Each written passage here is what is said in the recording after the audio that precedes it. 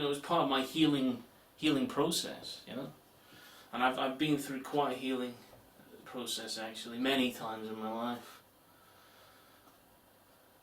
You know. Sometimes I'm surprised I'm still here actually, to be real honest.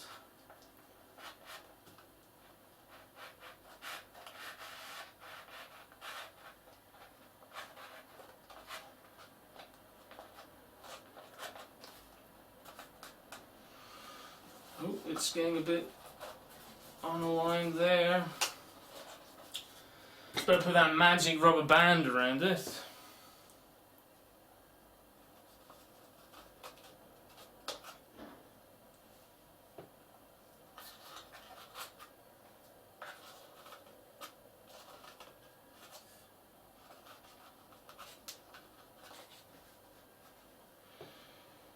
So the meeting point of the cards at the front here, so I'm going to put it around that one at the back, and then I'm going to bend it around the front and connect it to one at the front so that it compresses together around the front, and then the hex is created.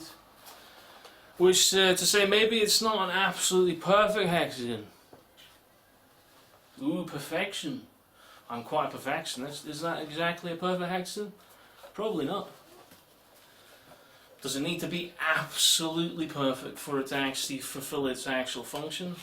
Who knows? Maybe for it to be an exact dice tower, which would give you perfect randomness when you put a dice through it, would actually need to be geometrically perfect shaped dice tower. That would be the end product. You'd obviously get that with the game 2 or the box set. Maybe it's not even a game. You get a dice tower that you put together yourself and can be taken apart. So it's a fold away dice tower. So there aren't any other fold away dice towers. Maybe this is the first fold away dice tower. Cool. Well, obviously I got there first then, didn't I? Oh well. Can't always be second, sometimes you get to be first, you know.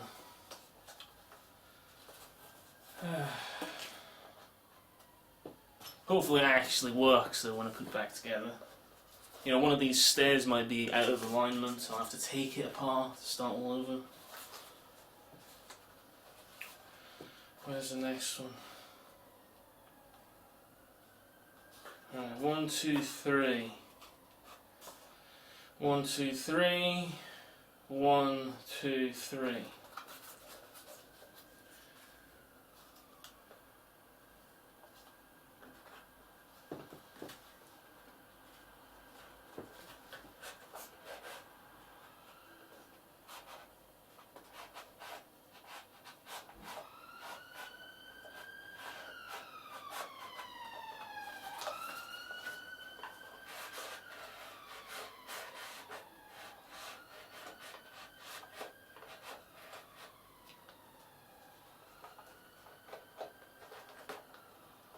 Ooh.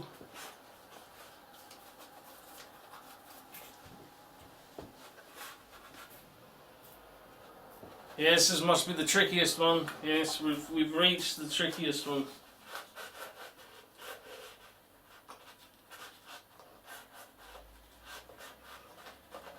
Oh.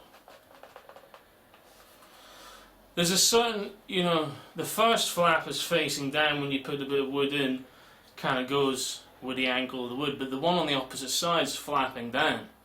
So you've got to sort of, you know, keep the angle with a bit of wood, and then you're sort of flipping that one, or making sure you catch the edge of it, so you know you're underneath it, so then when you push it through to the other side, it's flush underneath it, so that the different steps are then sitting on the bit of wood. So 1, 2, 3. 1, 2, 3. 1, 2, 3. So only 3 more. Yeah, well, I think it's exciting. Well, this is the first ever, fall-away dice tower in a double helix. I think that's really exciting. Oh well. I'll just be excited by myself. Fun and games.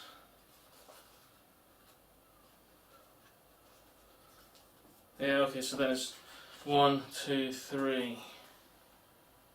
Well, because it's geometrical, through building it, it tells you where the next one goes, because it's in a pattern. Patterns are actually very helpful things,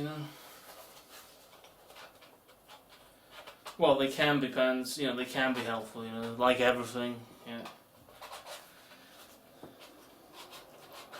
Depends whether, fulfills a function or doesn't fulfill a function, or...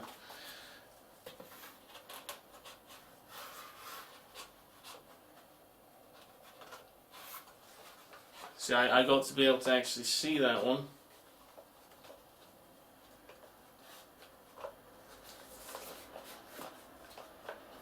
Oh. What's going on there?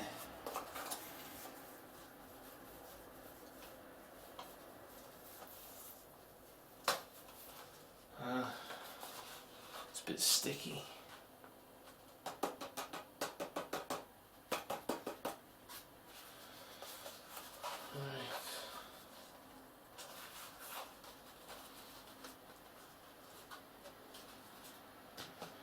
Two more, very exciting, very, very exciting.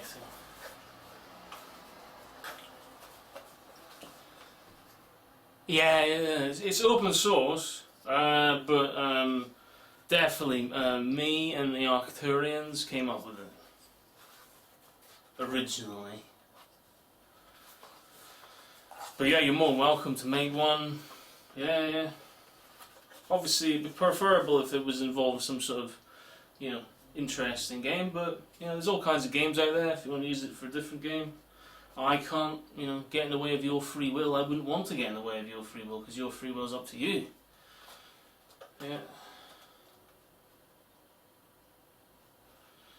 1, 2, 3, 1, 2, 3.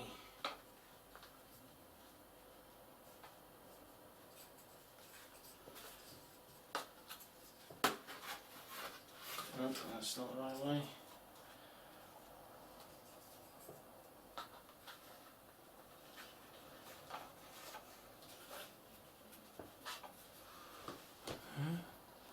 If you can see that, there's a bit of, oh dear, don't know. There's that bit of wood sticking in there. It is going there, underneath the bit of card. Coming over to the other side, so that it meets the other bit of card, and then once it's vertically aligned, those steps then they land, they are held in place by it at a particular angle. What exact angle? That's an interesting one. Getting the exact calculations right on the inside of the tower. I haven't given you the precise calculations.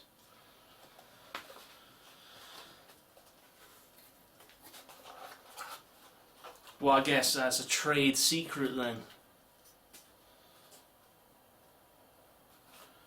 Oh, I guess I'll just keep it to myself. No, it doesn't stop you from figuring it out. No, you can just, build one yourself, figure it out. I didn't, it didn't work the first time. I didn't even have these catchment trays originally. I was gonna pick the dice out, or I hadn't even figured that out. I thought maybe it wouldn't even work. These came along later.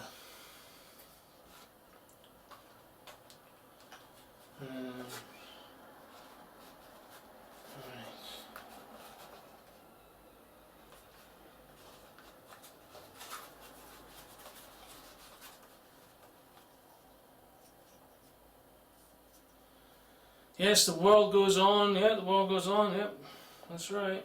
Still want speed up how quickly I can build this dice tower by hand.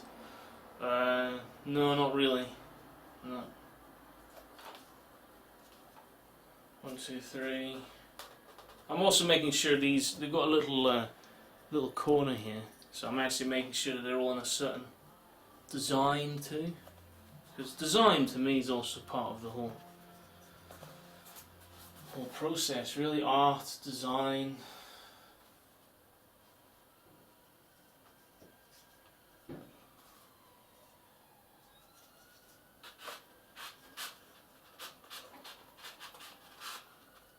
Definitely one of the easiest ones there at the bottom.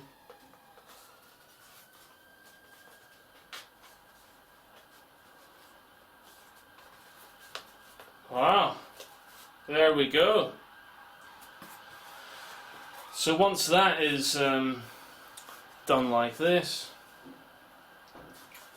I then take these, they're chunky staples. It's like packaging staples for a big chunky stapler. I got a bunch of them and used them for reinforcing boxes, but the actual stapler itself was over £100, so I didn't bother with getting the stapler. I just made holes myself and poked them through using some sort of pointy thing.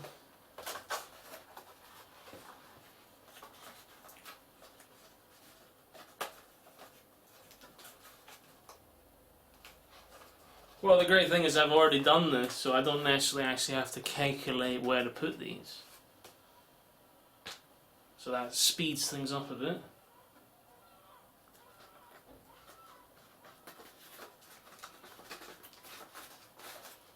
Alright. And final piece is these little trays, and they slot in nicely at the base.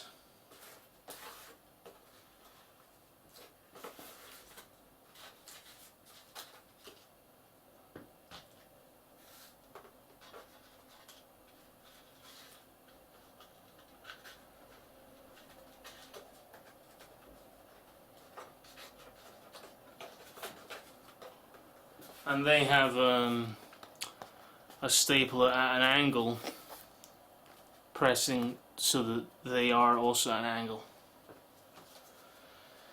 And that angle itself was also, I tried different angles over time, tested yes, I ran it through product testing. Yeah, that's right.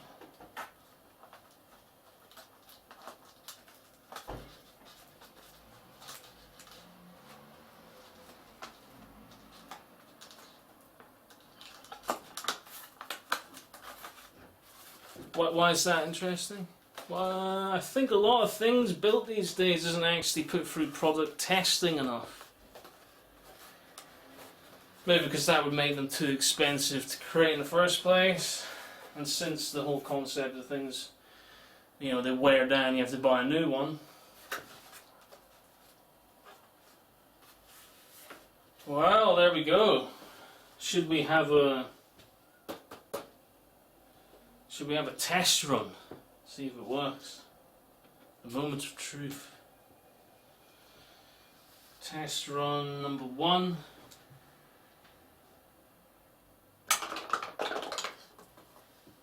Excellent! Success! Right hand spiral tower side comes out left side. So you put it on this side, it comes out the opposite side. Oh, here we go, number 2 though. Number 2.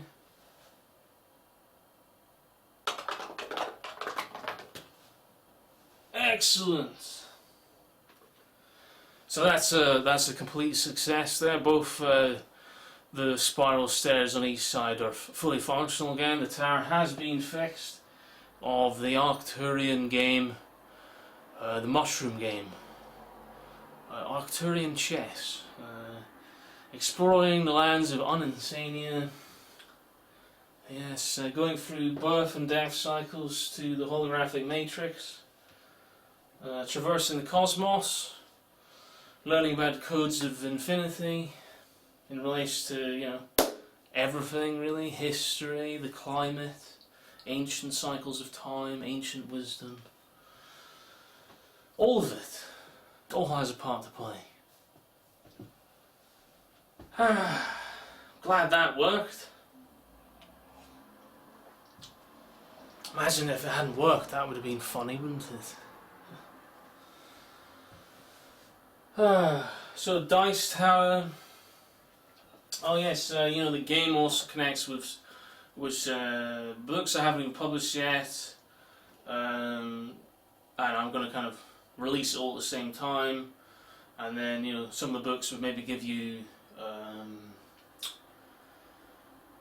tips to how to play the game. Yeah, secrets in the book.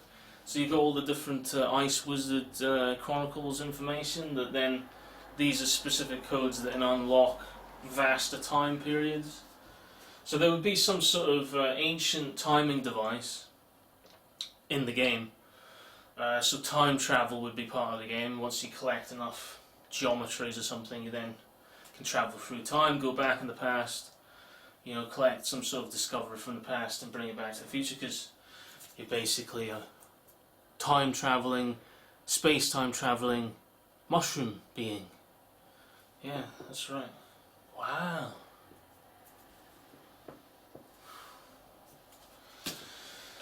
Wow,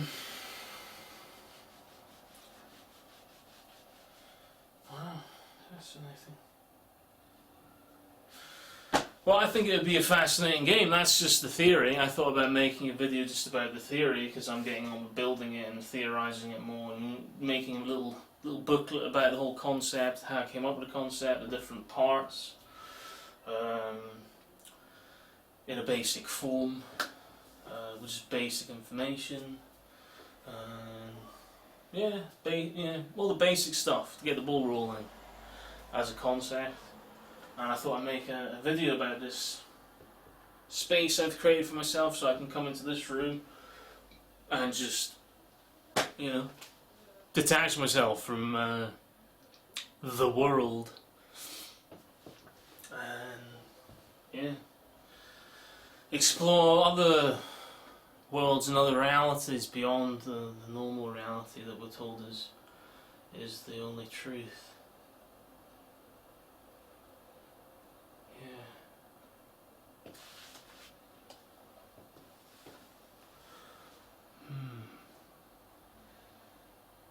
The only truth.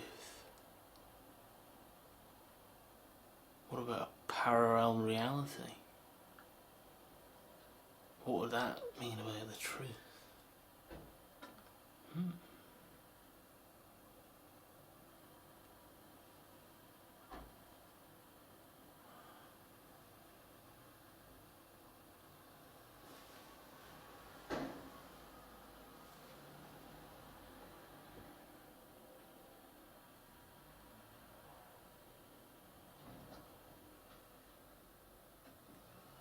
What do you think it would mean about the truth? How would crystals play a part in this game? Maybe certain crystals, maybe you have to find specific crystals somewhere around the world. You have all these different continents and places to explore, which is our world, so you can explore our world. Go and meet the ancestors, different worlds. Have a wee ceremony and they impart wisdom to you, and then through collecting all those bits of wisdom you can then solve some sort of vast understanding of reality that then helps everybody to be freer. Yes, everybody. Yeah, from all the continents of the planet we're on. All have different wisdom and knowledge and capabilities. Different sizes of land and resources. Different histories. We are all unique beings. But bringing it all together with respect to all the different origins, can we actually then see beyond what we're currently struggling with, and seems to be this constant struggling in history. Maybe we've got used to struggle as a way of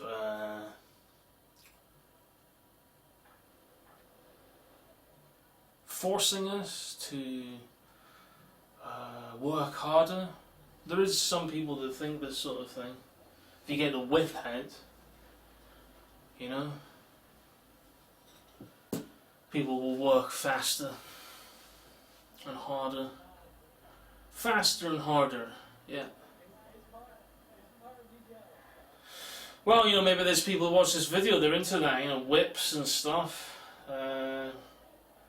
Forcing everybody to work hard and everything. I would suggest you learn things about permaculture and working with the land, because that would then involve better quality food, less work,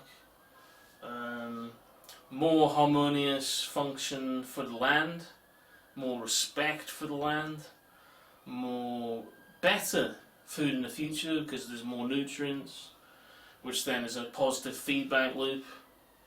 So maybe in the beginning there's more work, and then over time the graph, you know, it slowly, like, you know, stabilizes a certain number of hours per week. Well, because there's a certain, you know, formula of how to work with the land. Just like building this tower has a certain formula that works. If you get it wrong, it doesn't work. Same with permaculture.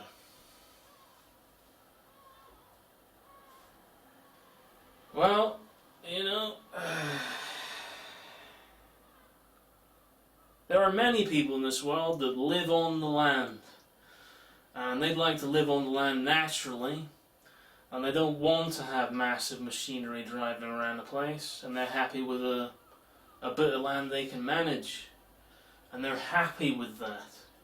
No, they don't want your technological so-called evolution. They're happy in nature with what are called rudimentary tools. They may have some bits of, you know, gizmo here and there, digital, you know, readouts. They may have that. They may not even need them though, because they're that in touch with the land. Sure, some of those digital readouts might have a full function in a city, or on a spaceship, or, you know, some, you know, highfalutin, you know, fantasy realm of technological creation. However, not everybody wants to live in that. Is it going to become a forced thing now, where you have to live in the so-called advanced, incredibly sick and ill modern technological world? It's now it's now the foundation of a reality, isn't it? Wow. Well, I would like, for one, for myself, I'd like to stay here, not interested. No, I'm not interested. Nuts the squirrel, definitely not. Really, really not interested. Squirrels, okay? So, Nuts the squirrel, he's, or her. I might have forgotten. And then there's a new character you've never met before if you've watched any of my other videos.